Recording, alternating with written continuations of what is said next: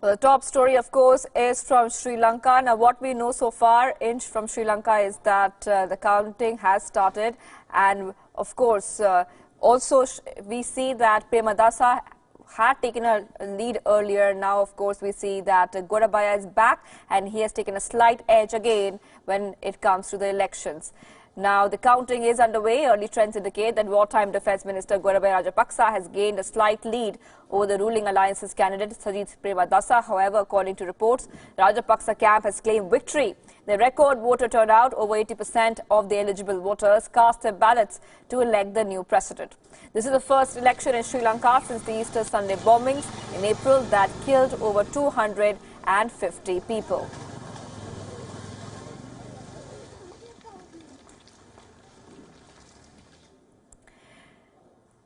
And joining me for more on this is our journalist joining us live from Colombo.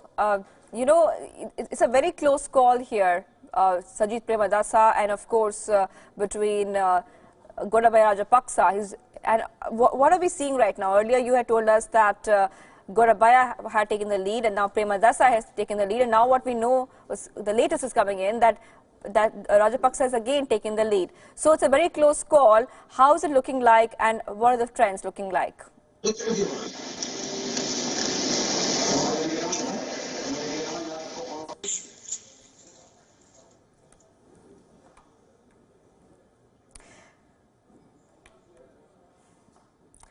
Well, if you can hear me, Zulfiq,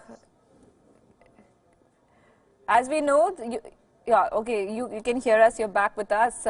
Zulfiq, right now it's looking like a very close race between the top two candidates. How many votes have been counted and what are the latest trends showing as of now?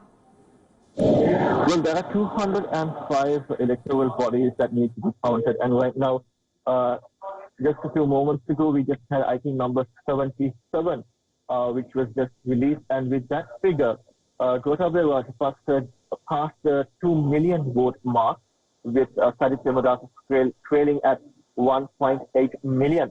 So it was an interesting race that we saw since early this morning when the first results came out. Gotabaya Rajapaksa had the lead, and then he lost it to Sajid Premadasa, who took over for quite some time.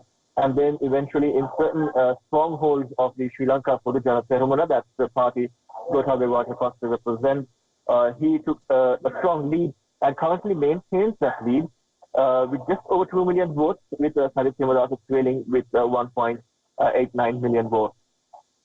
Right. And there are reports coming in of Gotabaya camp claiming a victory already. How is he showing such confidence when it is understood that the counting is yet to be completed? That's right. Well, we have been receiving reports that camp has been celebrating a victory, even without 50% of the votes being counted. So it's quite interesting to see how confident they are over this matter. But as I mentioned, from the 205 electoral bodies, only about 77 have been released so far, which is less than 50%.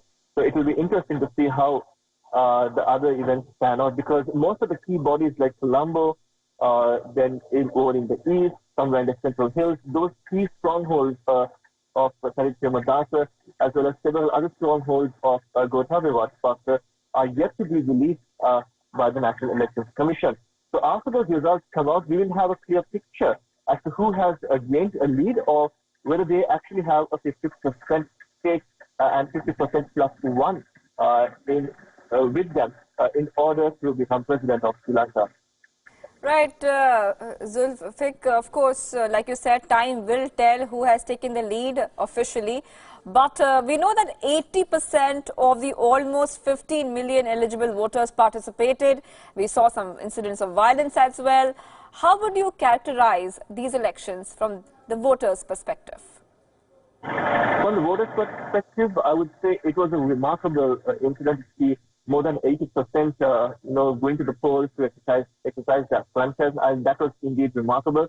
We, especially in areas that in previous elections, we did not see much voter turnout, maybe 60% to 65% maybe during those elections, but this time around, the voter turnout was really impressive, with almost 80% across all major towns and cities in the country.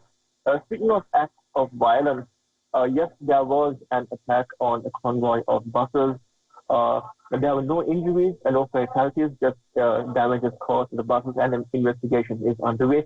And we were later told by Sri Lanka police that these were in fact people who are refugees who were displaced, being taken to another location so that they could exercise their franchise. In addition to that, a separate isolated incident also took place with an assault. We had the police spokesperson also commenting that an investigation was launched into that incident. Uh, Meanwhile, police security has also been provided to all the counting centers along with the elite arm of Sri Lanka police, that is a special task force. Before I let you go, when can we expect the final results? And the reason I'm asking this is because the entire world is keeping a close eye on these elections. For countries like India and China, especially who comes to power, will hold a major significance, isn't it?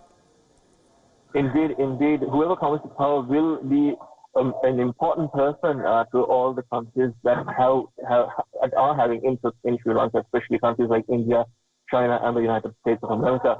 But it is still too early to say what time exactly we would get the results. Like I mentioned earlier, there are still more than 150 electoral bodies that need to have their results released by the Elections Commission. It might take some time, but we had an experience just a few hours ago where the results of around 20 electoral bodies were released immediately within seconds. So we might have just similar experience as well later on in the day. So hopefully, as mentioned by the chairman of the National Elections Commission as well, if the counting process goes on smoothly, hopefully by the end of the day, we might be able to get a good result. Right. Thank you so much for joining us. We, of course, will be tracking these elections very closely.